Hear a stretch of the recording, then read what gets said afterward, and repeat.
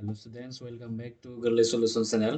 फरायसालि नोंथांमोन आं नोंथांमोननो बे भिडिअनि गेजेरजों सेबा फोसावनाय 2023 मायथाइनि ब्लुप्रिन्टखौ आं नोंथांमोननो बे भिडिअनि गेजेरजों होनो नागिरदों। नोंथांमोना भिडिअखौ स्किप खालामालासिनो जोबजासिम नायलां। दा बेवहाय नोंथांमोना गिबियावनो नुनो मोनबाय बेवहाय इंलिश साबजेक्ट। बे जाबाय इंलिश साबजेक्ट फैग्रोदों गिबियावहाय। दा बेवहाय इंलिश साबजेक्टआव बेसेबां चेप्टारनिफ्राय बेसेबां मार्क्स फैगोन नोंथांमोना बेवहाय नुनो मोनखाबाय। बेवहाय चेप्टार 1 आव दङ गासै ए लेटार टू गड बे चेप्टारनिफ्राय गासै बेवहाय 7 मार्क्स दङ। 7 मार्क्स फैगोन गासै MCQ and very short answer type question बेवहाय गासै 3 मार्क्स दङ। थामहिनबा बे 3 मार्क्सनि जा ब्रेकेटआव नुदों नोंथांमोना बेवहाय 3 मार्क्सआ जाहैबाय सोंथिनि अनजिमा आरो बे सिगांनि जा 3 मार्क्स दङ बे जाहैबाय जे मार्क्स दङ। बे मोनफ्रोमबो सोंथियाव गासै मोनथाम जा सोंलु दङ बे मोनथाम सोंलुनि मार्क्सफोरा जाहैबाय से जाहैगोन आरो बेवहाय शर्ट एन्सार टाइप कुइसन थागोन गासै बेवहाय मोननै कुइसन थागोन आरो बेवहाय मोनसे सोंथियाव गासै 2 मार्क्स थागोन 2 प्लास 2 4 जाहैबाय बे। आरो नेक्स्टआव दङ बे चेप्टार 2 आव गासै 5 मार्क्स फैगोन। बेनिफ्राय चेप्टार 3 बे चेप्टार 3 निफ्राय गासै 5 मार्क्स। बेनिफ्राय टी फ्रम आसाम बेनिफ्राय दङ गासै 5 मार्क्स। बेनिफ्राय चेप्टार 5 बेनिफ्राय बेवहाय गासै 4 मार्क्स दङ। बेनिफ्राय नेक्स्टआव चेप्टार 6 बे चेप्टार 6 निफ्राय ए टाइगार इन द जू बे ए टाइगार इन द जू निफ्राय गासै 3 मार्क्स दङ। बेनिफ्राय आमान्डा चेप्टार 7 बेवहाय गासै 2 मार्क्स दङ। बांद्राय मार्क्स गैया बे आमान्डानिफ्राय। बेनिफ्राय चेप्टार 8 एनिमेल्स दङ बे एनिमेल्सनिफ्राय गासै 2 मार्क्स। बेनिफ्राय दङ चेप्टार 9 द बोल्ड पोएम बेवहाय गासै 3 मार्क्स दङ। बेवहायबो बांद्राय मार्क्स गैया। बेनिफ्राय चेप्टार 10 दङ। बेनिफ्राय चेप्टार 10 मिन्स बे सिरियल नाम्बार होदों बेवहाय 1 2 3 चेप्टार नाम्बारा बेसेबां दं आं बेखौथ' मोनथिला बिजाबखौ नायबासो मोनथिसिगोन दा। बेनिफ्राय बेवहाय गासै 3 मार्क्स दङ। बेनिफ्राय द मिडनाइट भिजिटर्स बा ए कुइसन अफ ट्रास्ट बेनिफ्राय गासै 7 मार्क्स। बेनिफ्राय फुटप्रिन्ट्स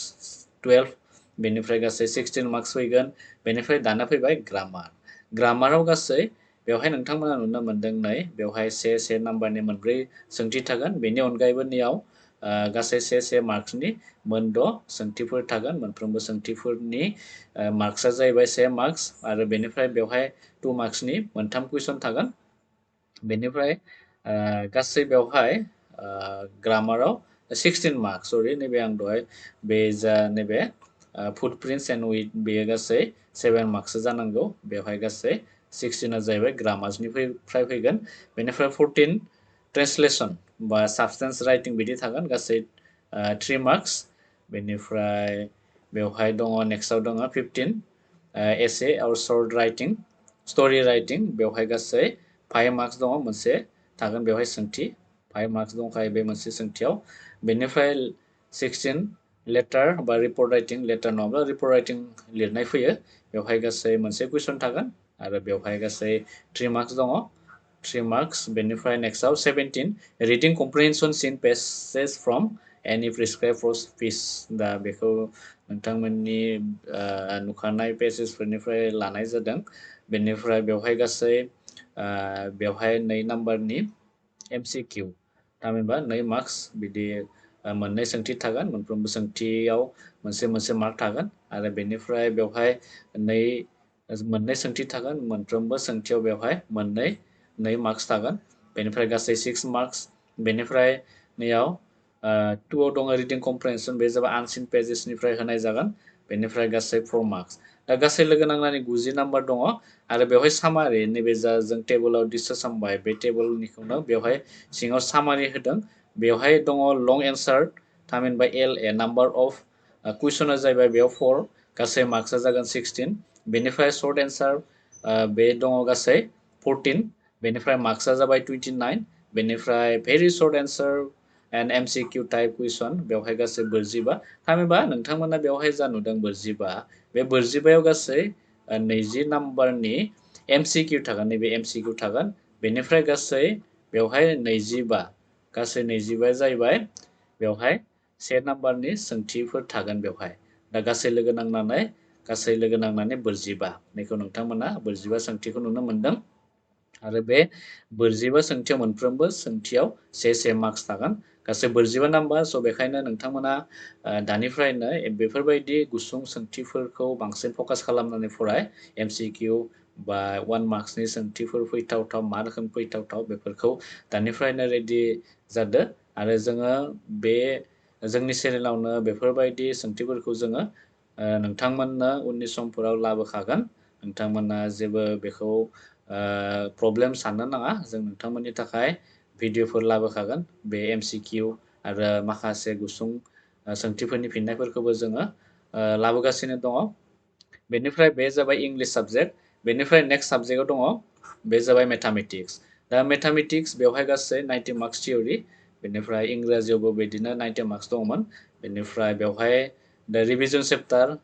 बा रिभिजन चेप्टारनिफ्राय गासै 6 मार्क्स दङ बेवहाय नोंथांमोना 6 मार्क नुनो मोनदों बेनिफ्राय बेवहाय MCQ थामहिनबा बेवहाय 2 मार्क्स बे 2 मार्क्स नङा मोननै सोंथि थागोन बेवहाय MCQ भेरि सर्ट एन्सार जायखिजाया होनो हागौ 2 सोंथि थागोन बेनिफ्राय आरो बेवहायबो मोननै सोंथि थाबावगोन बे जाबाय आन्डारस्टेन्डिं माने कुइसननि माबाफोरखौ होनाय जादों नलेज चेक खालामनाय आन्डारस्टेन्डिं नैबे जाबाय एप्लिकेसन बेबायदि थायो बेनिफ्राय नेक्स्टआव दङ गासै चेप्टार 2 बेवहाय दङ गासै मार्क्सआ नेव 5 दङ बेनिफ्राय दा नैबे एलजेब्रा बेखिनिया जाहैबाय एलजेब्रा दा बेवहाय गासै लोगो नांनानै 27 नाम्बार दङ नोंथांमोना गावबा गावनि बिजाबफोरखौ फुवारनानै बेबायदि बबे लेसननिफ्राय बबे बेसेबां मार्क्स फैगोन बेवहाय नोंथांमोना गावबा गावनि बिजाबाव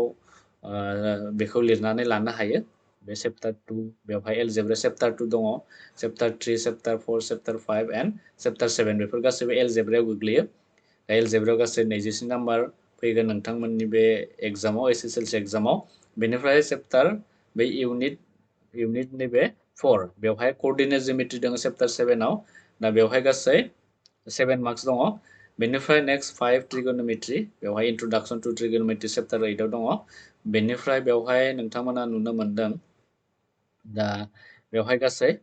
7 मार्क्स दङ बेनिफ्राय जिअमेट्रियाव चेप्टार 6 फोरा गोग्लैयो चेप्टार 6 बेनिफ्राय 10 आरो बे कनस्ट्राक्सना दङ बे गासै लोगो नांनानै 16 मार्क्स फैगोन बेनिफ्राय 7 बे चेप्टार 7 नङा बियो सिरियल नाम्बारजों बेयो बेनिफ्राय मेनसुरेसन बेवहाय चेप्टार 12 बेनिफ्राय चेप्टार 13 बे मोननै चेप्टार लोगो नांनानै गासै बेवहाय 12 मार्क्स दङ बेनिफ्राय 8 दङ सिरियल नाम्बार बेनिफ्राय चेप्टार 14 आरो चेप्टार 15 लोगो नांनानै गासै बेवहाय 10 मार्क्स दङ स' नोंथांमोना नुनो मोनबाय गासै 90 मार्क्स बे 90 मार्क्सखौ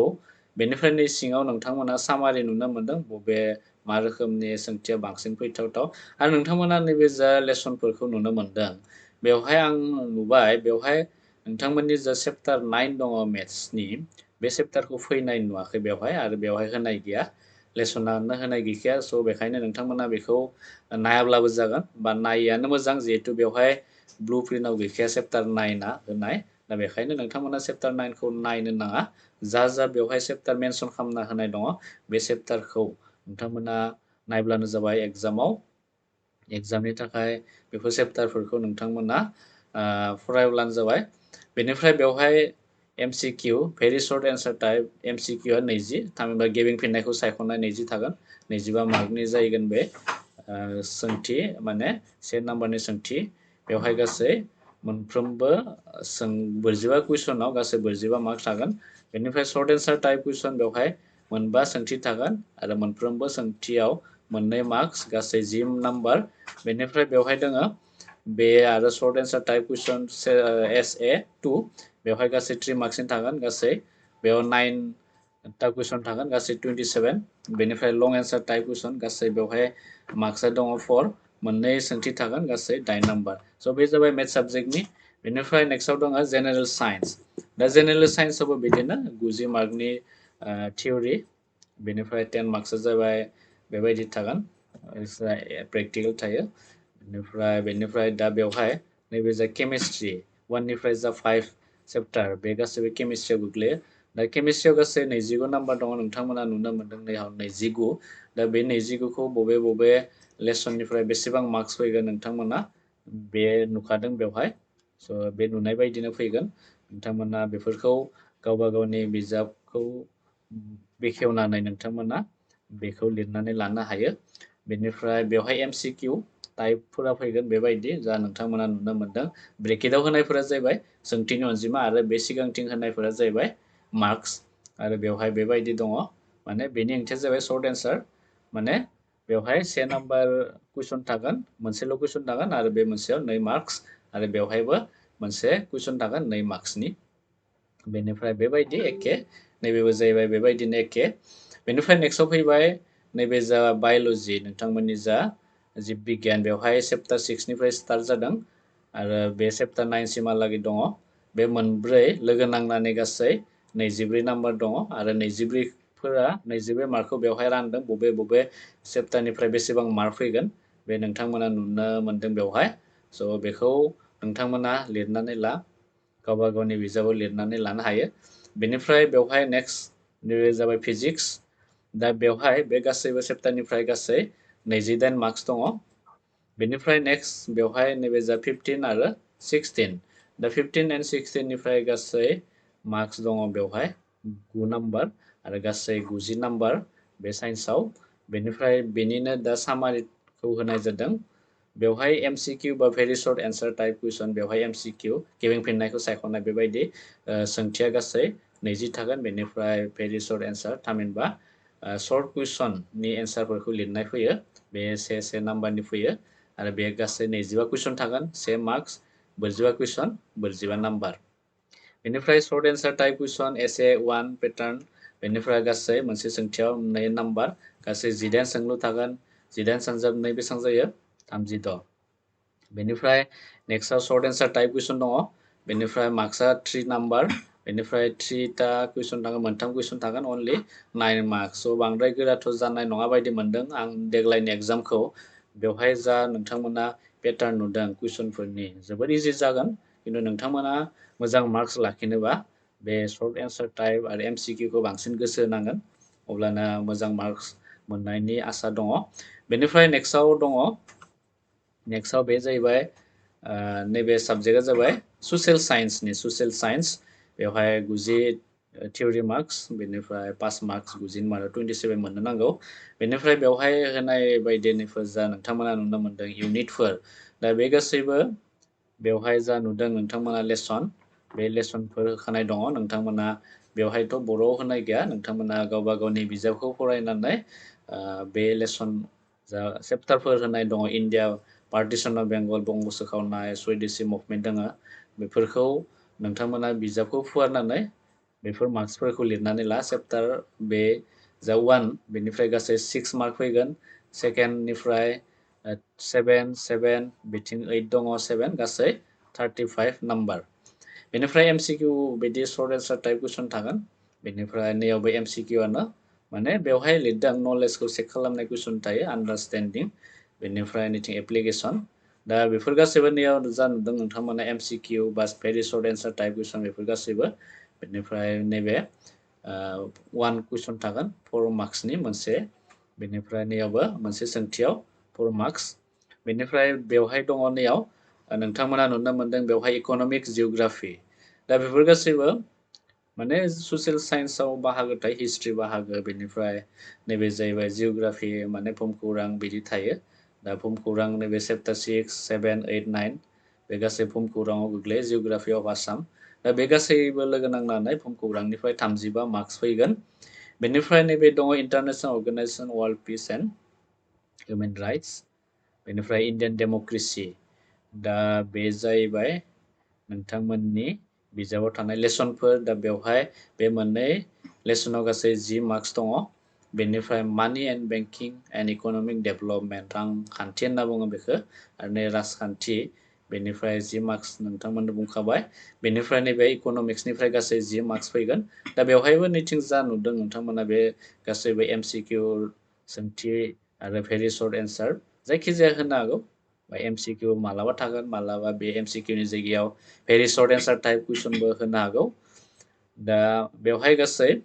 सामारियाव नुदों नोंथांमोना बेवहाय MCQ बा भेरि सर्ट एन्सार टाइप कुइसन बे गासैबो मोनफ्रोमबो सोंथियाव 1 मार्क्स थागोन नाम्बार अफ कुइसन 45 टटेल मार्क्सआ जाहैबाय 45 बेनिफ्राय डिस्क्रिप्टिव टाइप माने बेवहाय 3 मार्क्स थागोन बा 4 मार्क्स थागोन 5 मार्क्स दा बे लोगो नांनानै गासै सोंथिया जाहैबाय 11 मार्क्स अनलि 11 होमबा नोंथांमोना गोसो होनांगोन नैबे 45 मार्क्सआव बोरै 45नि मादाव 45 लाखिनो हागोन बेखौसो बांसिन गोसो होनांगोन आरो सर्ट एन्सार टाइप कुइसनखौ जोङो बानायनानै लिरनो हाया स' बेखायनो जोङो मोजां मार्क्स नांगौबा सर्ट एन्सार टाइप MCQ गिबिं फैनायखौ सायख' बेखौसो बांसिन गोसो होनांगोन बेनिफ्राय बेवहाय गासै 45 नाम्बार दङ गासै लोगो नांनानै 90 मार्क्स दङ स' बेखिनिया जाहैबाय सेबा फोसावनाय ब्लु प्रिन्ट जोङो बेवहाय भिडिअफोरखौ होबाय नोंथांमोननो बेनि साबजेक्टफोर मेथ्स साइन्स इंलिश एन्ड नैबे जाबाय ससियेल साइन्स आरो गुबुन गुबुन साबजेक्टफोर जेरैबायदि MIL बड' बेफोरखौ होनाय जायाखै सेबाया आरो बेनि अनगायैबो इलेक्टिभ साबजेक्ट जायफोर एडभान्स मेथ्स लादों जायफोर जिअ'ग्राफि लादों गुबुन गुबुन इलेक्टिभ साबजेक्टफोर दङ बेफोरनि ब्लु प्रिन्टखौ सेबाया होनाय जायाखै आरो बेफोरखौ सेबाया फोसावोब्ला जों नोंथांमोननो उननि भिडिअ'आव थाबैनो भिडिअ'खौ होनाय जागोन बेनि सायाव आरो फरायसा लोगो नोंथांमोननि थाखाय बे भिडिअ'नि गेजेरजों आं मोनसे गोनांथार बाथ्रा बुंबावनो नागिरदों जायफोर फरायसा बिथांमोना बे HSLC 2023 एबा थाखो 10 आव फरायगासिनो दङ बिथांमोननि थाखाय जोङो टेलिग्राम मोनसे चेनेल खुलिदों बेवहाय नोंथांमोना थांनानै जइन जानो हायो आरो भिडिअ'नि डिसक्रिपसनाव बेनि लिंकखौ होनाय दङ बेवहाय थांनानै नोंथांमोना जइन जानो हागोन आरो बेवहाय थाखो 10 आव जा जों सोलोंगोन बेफोरखौनो सोलोंनाय जागोन जोङो चेनेलनि गेजेरजों टेलिग्राम बे चेनेलनि गेजेरजों आरो गोनां सोंथिफोरखौ जोङो डिसकास खालामगोन आरो नोंथांमोना माबाफोर सोंनांगौ दंब्ला बेवहायबो सोंहरनो हागोन टेलिग्राम लिंकआव थांनानै जइन जा आरो बेवहाय HSLC 2023 खौ जाहाथे बयबो मोजां रिजाल्ट खालामनाय बे थांखिजोंनो जोङो बे टेलिग्राम चेनेलखौ खुलिनाय जाहैदों बेनिफ्राय उननि समफोराव नोंथांमोननो बे MCQ आरो माखासे गोनां सोंथिफोरनि फिननायफोरखौ जोङो सावरायबाय थागोन स' दिनै बेखिनियावनो जाथ'बाय उननि समफोराव नोंथांमोन गासैखौबो लोगो मोनफिनगोन थेंक इउ फर वाचिं